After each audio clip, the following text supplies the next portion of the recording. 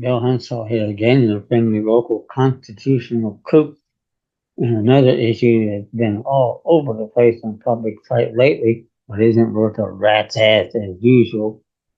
The transgender right and the 14th Amendment. And there's just no way. When you understand the law like I do, and I have an acapella expert witness command of 230 years of the Constitution, history, and laws of the United States, you know that the 14th War Amendment has never existed, and everything claimed under that amendment is accordingly void and has been for almost 160 years.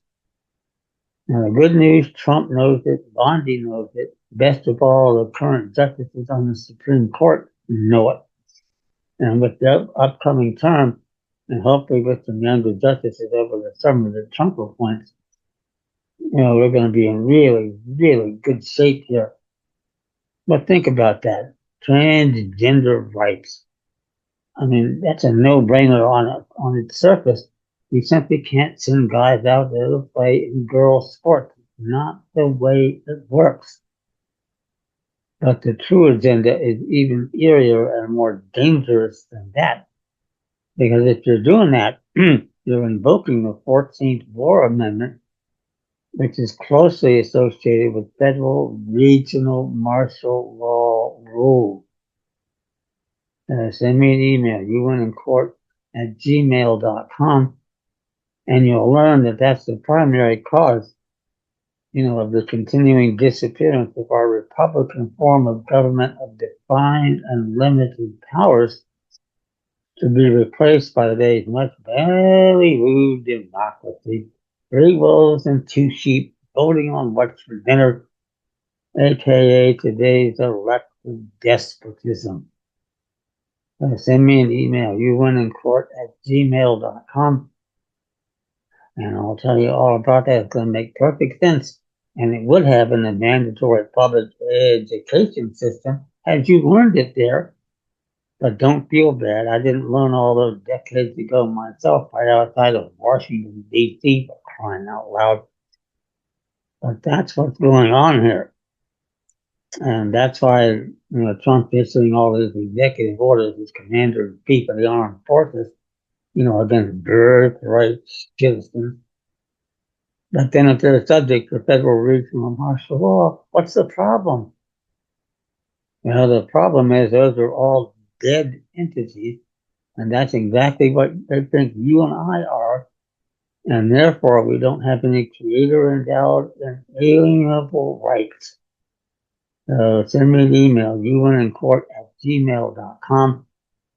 And this in turn, by the way, is a big difference, from those racist framers who ordained and established this Constitution to secure the blessings of liberty to ourselves and our posterity. Back in the day, when people had creator-endowed and alienable rights, they had the 10 Commandments in school. It was a religious nation. And now all we have today is an unholy alliance of those with the 14th War Amendment who don't recognize any rights. That's what you get there, by the way. You'll learn it. It's called a just solely foreign state subordinate corporate, nay, dead entity. That's all there is, and those dead entities have no right the de facto National Socialist government is bound to respect. That's what has to stop, and soon, and would be a big help if the public education system started to teach the truth about the Constitution, history, and laws of the United States. By the way, it's the main email, uwinnincourt@gmail.com. And I should mention here, by the way, I'm looking for some investment capital so I can do some much better quality videos on that subject matter, with which I have an acapella expert command of 230 years of the Constitution, history, and laws of the United States. People who homeschool their kids are going to love it, and it may make it into some of the regular schools today. Things are getting so bad. But if you simply learn that, and it really isn't hard, That's what makes the difference. And better yet, you're taking action and you're preserving the rights of your children and your posterity. And if that's not enough, they're setting them up when they get on the jury pool, to be a member of a jury. And right now, there are no qualified jurors. You'll learn more about that too. Send me an email, youwinincourt@gmail.com.